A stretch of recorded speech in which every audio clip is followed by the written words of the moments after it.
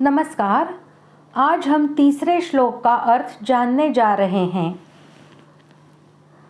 कायरता आने के बाद अब क्या करें, इस जिज्ञासा को दूर करने के लिए भगवान कहते हैं। श्लोक तीसरा। क्लैब्यमास्मगमः पार्थ नैतत्त्वय्युपपद्यते क्षुद्रं हृदय दौर्बल्यं त्यक्तोत्तिष्ठ परन्तप। श्लोक का अर्थ। इसलिए हे अर्जुन, नपुंसकता को मत प्राप्त हो, तुझमें यह उचित नहीं जान पड़ती। हे परंतप, हृदय की तुच्छ दुर्बलता को त्याग कर युद्ध के लिए खड़ा हो जा। कुंती का दूसरा नाम प्रथा था। कुंती वीर माता थी।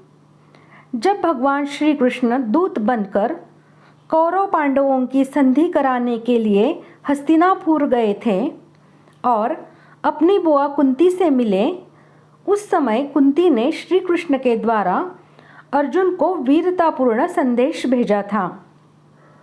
अर्जुन को युद्ध के लिए उत्साहित किया था। माता प्रथा के संदेश की याद दिलाकर अर्जुन के अंतःकरण में क्षत्रियोचित वीरता का भाव जागृत करने के लिए भगवान अर्जुन को पार्थ नाम से संबोधित करते हैं। तात्पर्य है कि तुम वीर जननी के वीर पुत्र हो।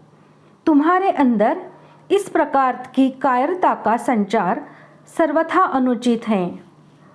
कहा महान से महान महारथियों के हृदयों को कंपा देने वाला तुम्हारा अतुल शौर्य और कहा तुम्हारी यह दीन स्थिति, जिसमें शरीर के रोंगटे खड़े हैं, बदन कांप रहा है, गांडीव गिरा जा रहा है और चित्त विषादमग्न होकर भ्रमित हो रहा है।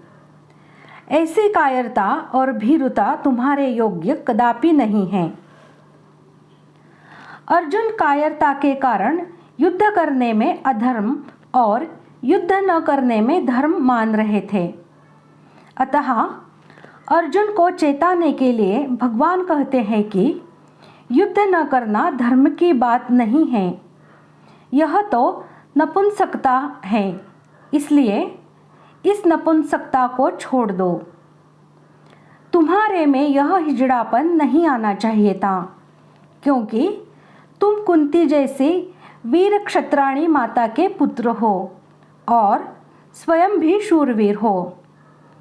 तात्पर्य है कि जन्म से और अपनी प्रकृति से भी यह नपुंसकता तुम्हारे में सर्वथा अनुचित है।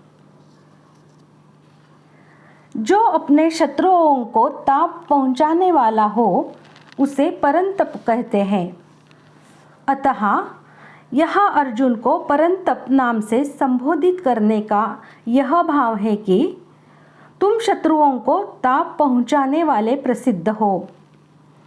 निवातक वचादि असीम शक्तिशाली दानवों को अनायास ही पराजित कर देने वाले होकर आज अपने क्षत्रिय स्वभाव के विपरीत इस कापुरुषोचित कायरता को स्वीकार कर उल्टे शत्रुओं को प्रसन्न कैसे कर रहे हो।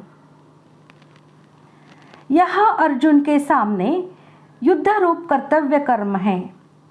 इसलिए भगवान कहते हैं कि उठो, खड़े हो जाओ और युद्ध रूप कर्तव्य का पालन करो। तुम्हारे जैसे वीर पुरुष के अंतःकरण में रणभीरु कायर प्राणियों के हृदय में रहने वाली शूरजनों के द्वारा सर्वथा त्याज्य इस तुच्छ दुर्बलता का प्रादुर्भाव किस प्रकार भी उचित नहीं है।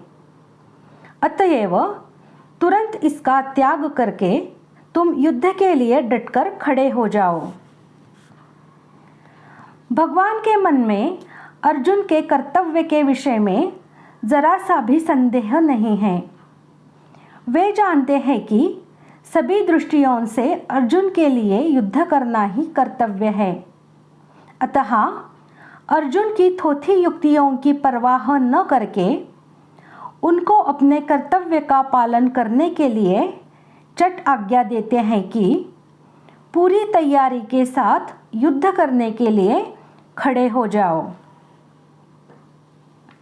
इस प्रकार आज हमने तीसरे श्लोक का अर्थ जान लिया है। अगले भाग में जानते हैं चौथे श्लोक का अर्थ। धन्यवाद।